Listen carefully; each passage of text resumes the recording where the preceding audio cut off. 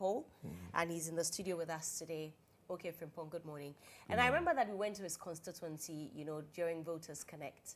And even though there was a lot of support, look, when we came back to the studio, political watchers had said that it was nearly impossible for an independent candidate to win the Asante Akyem North constituency, because that has been a stronghold of the NPP since the creation of that constituency.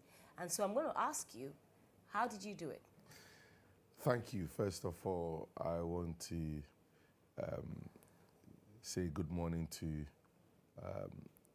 your viewers. I know people of Asante Akyem North, knowing that I'm coming on this big platform this morning, I know that they'll be glued to their TV to watch. So I want to say hello to all of them. I did it by the grace of God Almighty. You were in the constituency, sorry. You witnessed the euphoria. It was massive. You know that you knew that I was going to win. Maybe someone else can think otherwise, but you, Serwaa, you knew that. Oh, but I'm not the conversation is not between just you and I. But I mean, speaking of euphoria, Dr. Bawumia got the same euphoria, but he still didn't win. Well, many other people got the same thing, but they didn't win. What is it that you did different? Right. Thank you. So I believe it's got to do with the works we did in the constituency. That's the developmental works we did in the constituency. Asante Akyem North, that's where I was born. I've been with them for a little while. I know exactly what they need. I know what's happening within the constituency. So I was able to speak to the conscience of people. I was able to make the youth understand what my dreams are and what I'm looking to bring into the constituency. So yes, they did understand every single statement I made to the public, and they just bought into my dream. Yeah. Okay, but I mean, you said that we're in your constituency, certainly, and you were very confident of a win, but did you expect the gap? At some point I did. You did? At some point, honestly I did, because of the feedback we were getting going on the ground. Because you go to certain places and it's like, people tell me and my team that, look, okay, don't come and campaign, go back home. Why are you hustling yourself? Why are you stressing yourself? You're campaigning too much. At some point, that was the message we're getting every single place that we go. They said, look, you're doing too much. Go and rest. And some people, or I won't say even some, most women told me how it was going to be a landslide victory. They said it in a look at what background, you will not be able to mean kind. And so most often we are being told that, look, the number of votes we're going to get will be overwhelming. So at some point we knew, and genuinely when people are speaking, you could tell that these people are being genuine, or if they're fanfooling. You could tell sometimes, unless you don't want to be truthful to yourself. But genuinely, when you go places and people are speaking to you, you could tell from their demeanor. You can look in their eyes and tell if they're being honest with you or they're trying to, please you at that moment. So we knew that indeed felt that they were genuine. Yeah, yeah. Okay. Has your MP called to congratulate you yet? Well, not yet. Maybe this afternoon or this morning he will call. But have you spoken with him? No, I haven't. Okay. What was election day like? Election day actually was very calm. It was. I remember very well. It was my campaign manager who almost got worked out in the morning because things were not going right the way he wanted it. But I came out of my room very calm.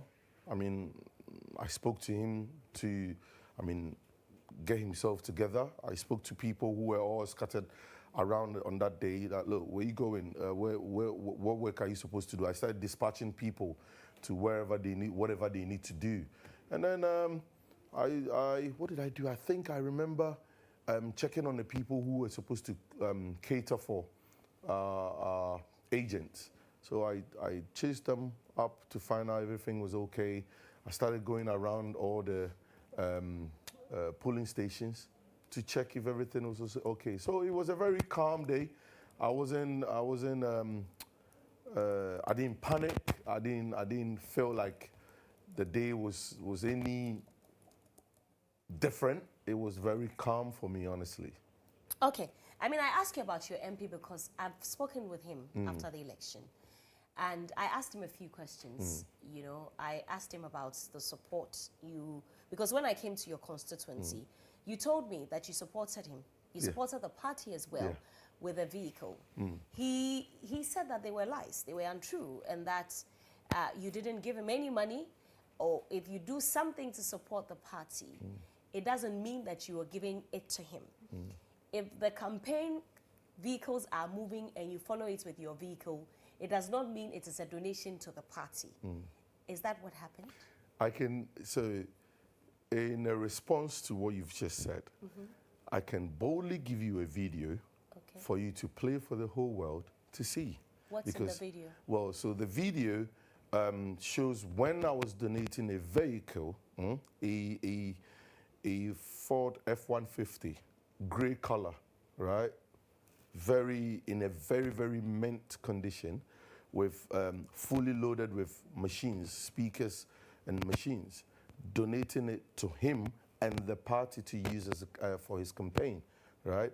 Now, Salt FM played a very, very big role in his campaign because he was basically 2020. In 2020. He was basically giving the radio to do whatever. He sat on it morning, afternoon, evening. He sent people there every now and then. And I supported him financially as well. I also supported with water, a few other things that it is people in the constituency know about it. So I wouldn't really. There's evidence. I've got evidence on my phone. It's not. I'd like to see the video. If Yeah, you can, yeah, if you can have them share the video with me, I'd like to play it. But what then, if you had such a close relationship, what made you fall out? Well, I wouldn't say we fell out because during the MPP primaries in Asante Akyem North, it was me, Ohene Frimpong, who is sat here with you this morning. I catered for their breakfast. I provided breakfast on that morning. He is aware because on that morning, during the primaries, I went to say hello to him. And I was also having my porridge with my sandwich that I made for all the delegates. And I'm sat on national TV. I mean, how will my constituents view me if I'm sat here lying? I mean, it wouldn't. I'm not brought up that way. If I haven't done it, I haven't done it. But if I have, why not? I'll speak about it. So it's facts there. I wish you had a phone line that people from Asante Akyem North, they are watching. I wish you were opening the phone lines for them to call and they'll tell you. And so, I mean, I don't know why he wants to take that route, but it's up to him. I mean, so we are all entitled to our opinions. So you would say then that you were a member of the NPP? I supported the NPP, yes. I mean, of course, did you want to ever run on the ticket of the NPP? Well, if I did, I would have, but I didn't. Which one is if you did? Were you a member of the NPP? Well, I was a sympathizer of the NPP. But you donated a vehicle to the party? Yeah, we could do it for other people. As a sympathizer? Yes. I see. And you did not ever intend to run on the ticket of the NPP? No, if I did intend, I would have actually, run on the ticket. But I have not been on any elections. At what point did you decide to go independent? This was somewhere in October last year. Because I'm telling you that you would have run on the ticket of the NPP. My sister, but I didn't. Okay, so because when you started your political journey, you'd never intended to run independent. You were supporting a political party. You were supporting But I supported the certain, NDC as well. When? Oh yes, the people. I mean the NDC guys in the constituency. They know. I supported. You supported the candidate. No, the party, and it's what I'm saying is true. During the 2020 elections. Okay. Yes, I did. I actually did. Why? Did. Yeah, because I'm a businessman, and I feel like, as a businessman, it will be wise for me not to support just one person. There are two major political... Did you donate a vehicle to them No, as well? I didn't donate a vehicle, but I gave them money. And they had access to the radio as well. I'm sat on national TV, I can't lie, but it's true. I supported the NDC as well. But you were more sympathetic towards the NPP. Serwaa. Right? Yeah. Stay with me. We'll be back with more after this break. You're welcome back to the show. This is GH Today. I am Serwaa Amihere.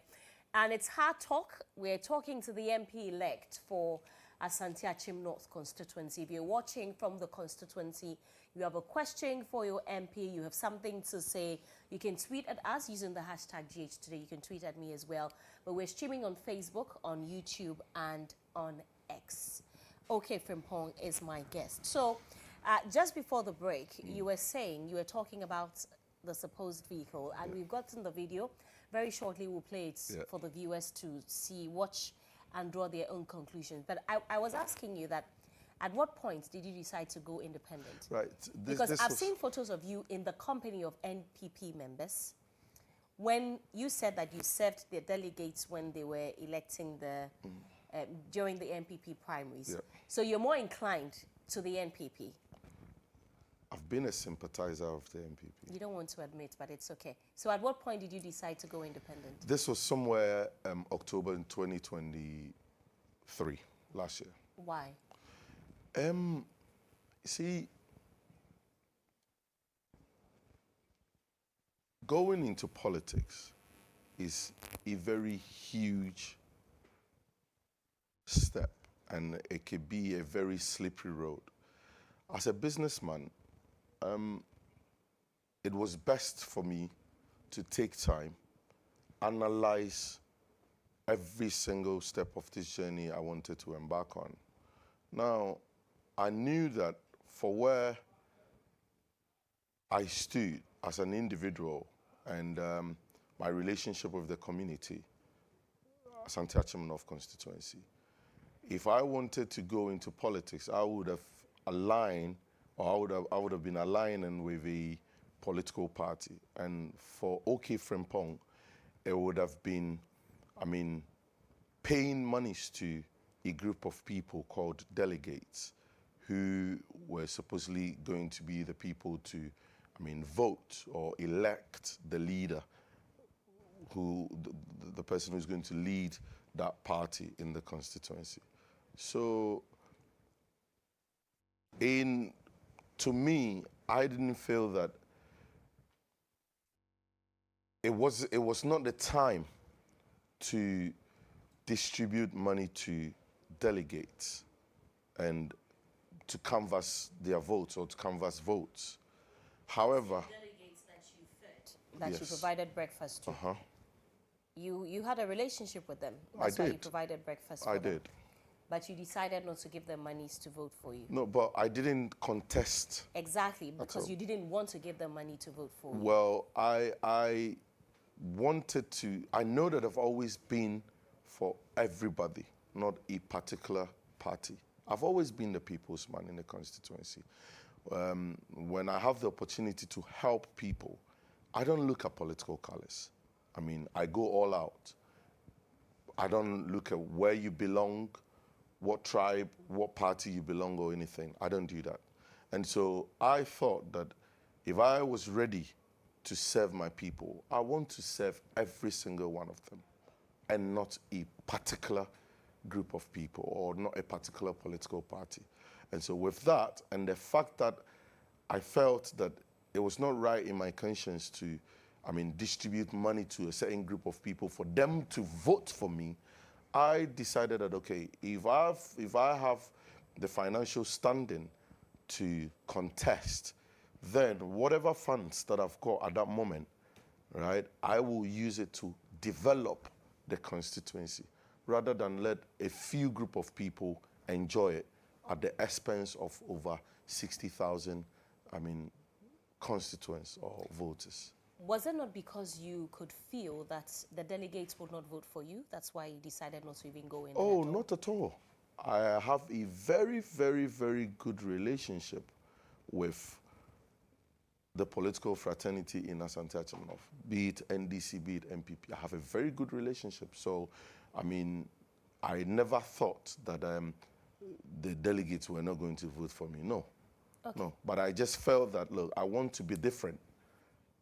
I want to be different. And I knew that it was going to be a very slippery road, but I've always been a winner. I've always been a winner. There's rumor, because we have been to your constituency, that there was some sort of agreement between you and the incumbent MP that he wasn't going to run for 2024, and that is why he decided to throw your weight behind him. And then he disappointed you. Is that what happened? He actually told me that, and that was in Parliament. He said that to me in Parliament. He said he never told you that.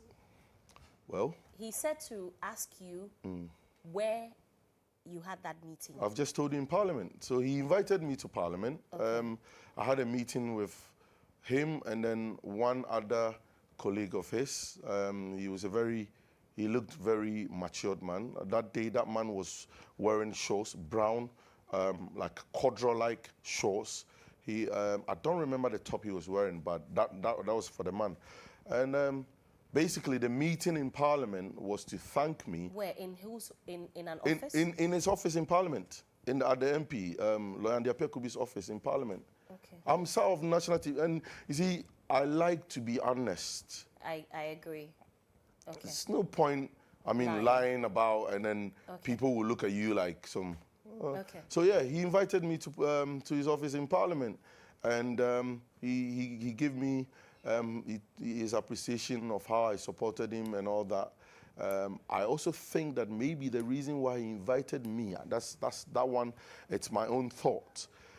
I started speaking, little ill about him on the fact that I've not had any appreciation of him. That is after the election.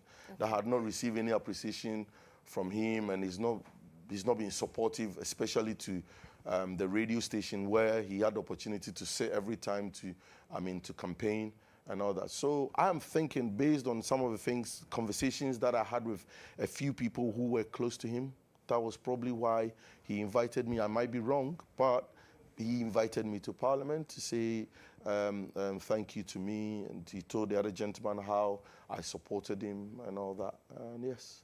And then what else? And then that was it really.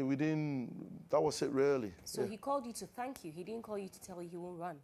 Oh, so yes, in the conversation he told me that, after the 2024, after 2020, yes, he will support me, and then he will make sure he live.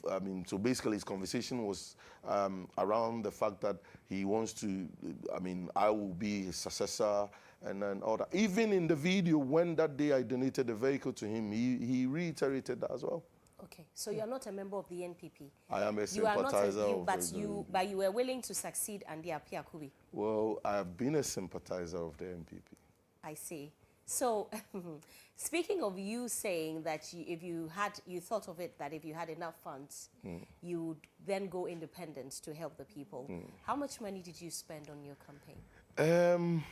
I can't say that on national TV, but why? But you say you're a very honest man. I've not lied about it. I said I can't say that on national TV. I've not lied about it. No, we want to know. Well, I don't want to talk about it. I don't think it's fair to talk about it. Give us a fair amount. No, I won't. Why? Because I don't want to talk about it. Because there's so much? But elections in Ghana is very expensive. That's all I can say. Did you spend $200,000? I will not. I will not. No, but why? Because the MP-elect for Ablekuma North, or is Ablekuma West, told us how much he spent on his campaign. Well, that's him. Okay, Frimpong, I will not say it. Okay. But I will let you know that elections in Ghana is very expensive. Very expensive. Okay. Should we then assume that you will automatically caucus with the NPP in Parliament? Well, during my campaign, I said to my constituents that I will do business with any government that comes to power. Now, so based on that, Now that NDC has won. I will stick to everything I said to my constituents. I'm not going to be a trickster, no. Whatever I said to them, I will make sure I follow it. So what does that mean? That means, what do you understand? We may be understanding differently. Well, which party is in power? So you will be doing business with the NDC. I should do, yes. Are you going to defer to the NDC? Well, I will do business with NDC. Will you return in 2028 as an independent candidate? The people of Asante Akyem North, I know, will tell me what, because I go down to their level. I am very close to them. They will tell me what to do when the time gets closer. What would it take for you to caucus with the NPP?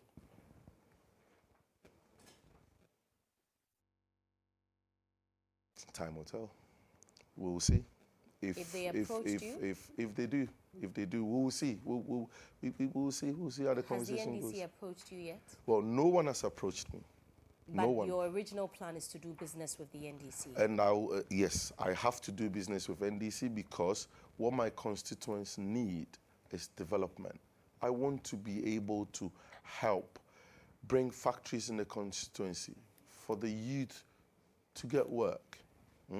I want to be able to support the education system in my constituency. I want to support the health system in my constituency. I want to help people.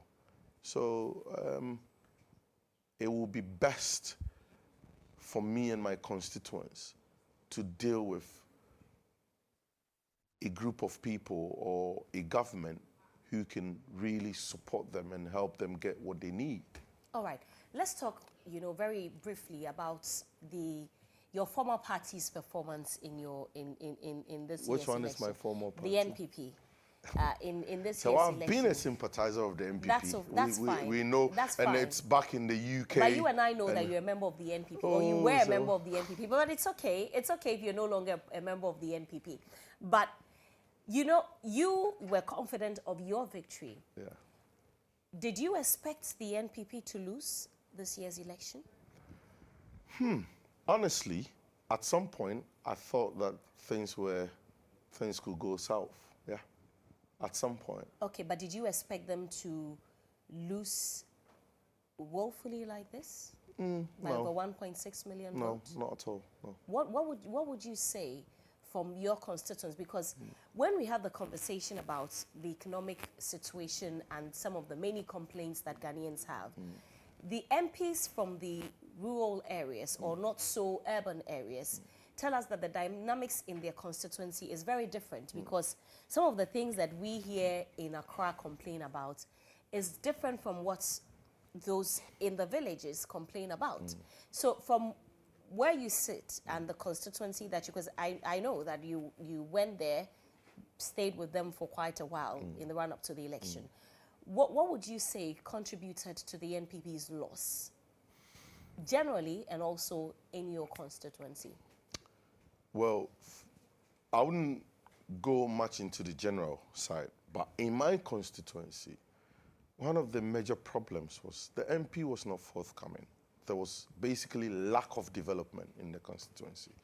I mean, Asante Akyem North, where I was born, is the capital of the constituency, right?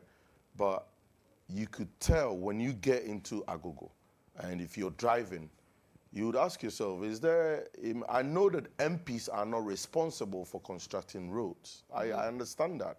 But you see, if your MP is vibrant, he can help lobby for developments in the constituency. You could tell that basically there was nothing happening in the constituency. I mean, people were complaining of not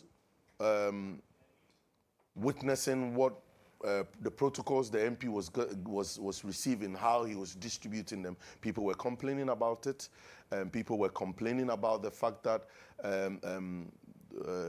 the roads, the town roads in Asante Akyem, the whole of Asante Akyem was in a deplorable state. People were complaining about the fact that there was no single factory or work, a company by the member of parliament that would employ even a single person. People were angry about the fact that the government of the day did their best. There was at least one district, one factory. Our constituency did benefit of one project of the one district, one factory. The factory was sat there, not working. There were machines in there. I personally visited the site, and the floor of where the machines were sitting was not even cemented. It was an eyesore. I mean, when I went in there, I got there with 2 investors from the Netherlands. They wanted to purchase plantain flour and export to the Netherlands. So I went to see them with the. I did go to see the MC with these 2 investors, and the MC granted permission for us to go and see the site, and it was an eyesore. I mean, they were very, very disappointed. And I recall the MP was telling me how they spent over $200,000 to put that structure there. And I was asking myself, you spent $200,000 and you couldn't even plaster the floor of where the machines were sitting. But that wasn't his job, was it? Well, but he's the MC. He's supposed to supervise that. Okay, right? But that's on a national level, on a constituency level. On the constituency level, yes. But on a national level, as a businessman, even before going into the elections, what would you say contributed to such massive loss for the NPP? Well, the loss was a surprise. However, the abysmal loss has been a surprise. However, I don't want to delve into the national part. I want to Why? Because I don't want to delve in there. I want to talk about my constituency. As it stands, you're going to be a lawmaker come January 7th. Yes, hopefully. Everything about the country should concern you. That's true. When that time comes, I will be speaking on the national level. I know that definitely that time will come, and when it does come, yes, I'll be speaking on the national level. But for now, I know that, yes, indeed, the government of the day did their best in my constituency. No doubt about that. But the people who were put in charge, or the people who had the opportunity to help for things to get better, they didn't pull their weight at all. Okay. Well, I would want to ask you, find out from you what your plans for Asante Akyem North is. But before we get into that whole new conversation, finally, between you and your incumbent MP, he said that he was poisoned. Have you heard? Well, I did watch excerpts of a clip of when he was saying that, and I felt very bad for him. It's very, very unfortunate. I mean, trying to eliminate somebody, it's not a good thing. And so I do, it's not a good thing, and I sympathize with him on that. How dangerous is this politics thing? Well, I'm only now dipping my foot into it, so I can't really say, but I believe in God Almighty. I know that even going into the elections, Asante Akyem North, it wasn't easy at all. I mean, spiritually and all that. But I believe. Were you also poisoned? No, I wasn't. No, not at all. Not at all. But were you attacked spiritually? No. It's.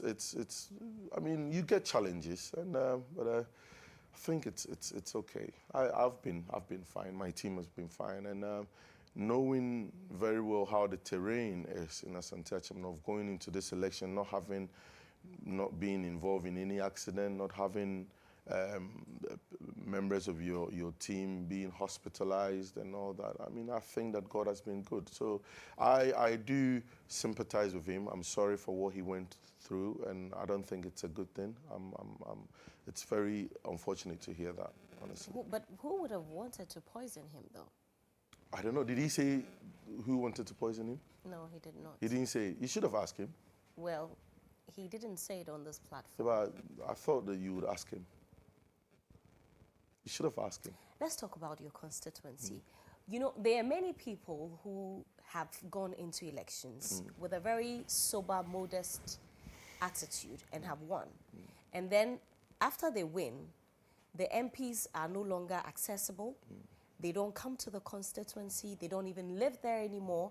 they don't help the people there. And I'm sure that you have heard that. Yeah. We as journalists, even sitting here, I know so many of such MPs.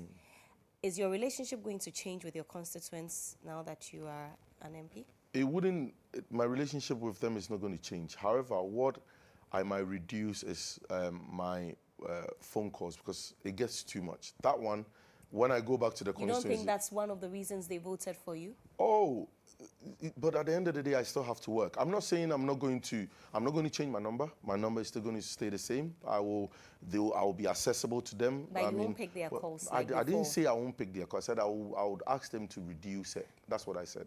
And when I go back... So that means you won't pick their calls like before? I won't. No. I mean, reducing it is different from not picking their calls. I wouldn't say that. Why, like before? No. I'm not...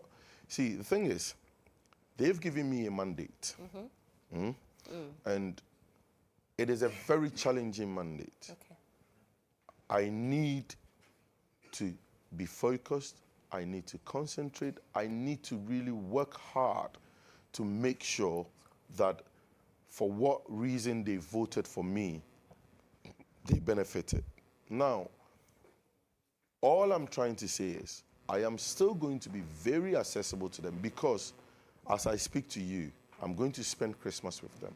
I'm going to spend New Year with them, right? I'll visit people's homes. Now, whatever I was doing in the previous years before going into this contest, it's still happening. You know that every year, in the last 9 years, I've been donating to widows and orphans in the constituency. I've not been there in the last few days, but that exercise has gone on, and the widows there in the constituencies, they've received their gifts. The orphans, they've received their gifts. Now, I'm going to go there, spend Christmas with them, listen to what they've got to say and what they are, we'll interact. We're still going to do that. But, sometimes the phone calls, they just get too much. And that, they are my people. I will speak to them. They will understand. I will speak to them. When I go back to the constituency, I'll be on radio, I'll go around, I'll tell them that, look, you have sent me. Give me the opportunity to have the space to go and work and bring results. You can call me, but sometimes just reduce it a little bit. That's all. I will speak to them. They are my people. They will understand me. Okay. Yeah. I just got a message from someone watching saying that, Serwaa, where's the video? Well, we will show the video before we wrap up the conversation. That I can assure you, we have it. But because we've moved on, I would certainly show it before we leave the studio. But finally, for them, how do you intend to balance your work, your life as a businessman and now as a member of parliament? Okay, thank you. So I have got a very, very strong team. Right. I've got a very, very strong team. And we're going to designate most of the business activities to the team members who we believe can make things work, right? While I will be working with the private sector. I've got a few investors waiting to come and help, support, get the constituency up and running. So yes, I will be dealing more with the private sector. Thank you very much. Thank you for coming on the show. Ohene Kwame Frimpong is the MP-elect for Asante Akyem North constituency. Here is the video, by the way, of he donating the said vehicle to the MP, Andy Apiakubi. I hope he's watching. We're all going to be, don't worry, we'll put it on social media. Don't worry, I like things like this, when you say this and then there's a counter argument. I love it, don't worry. Let's watch the video.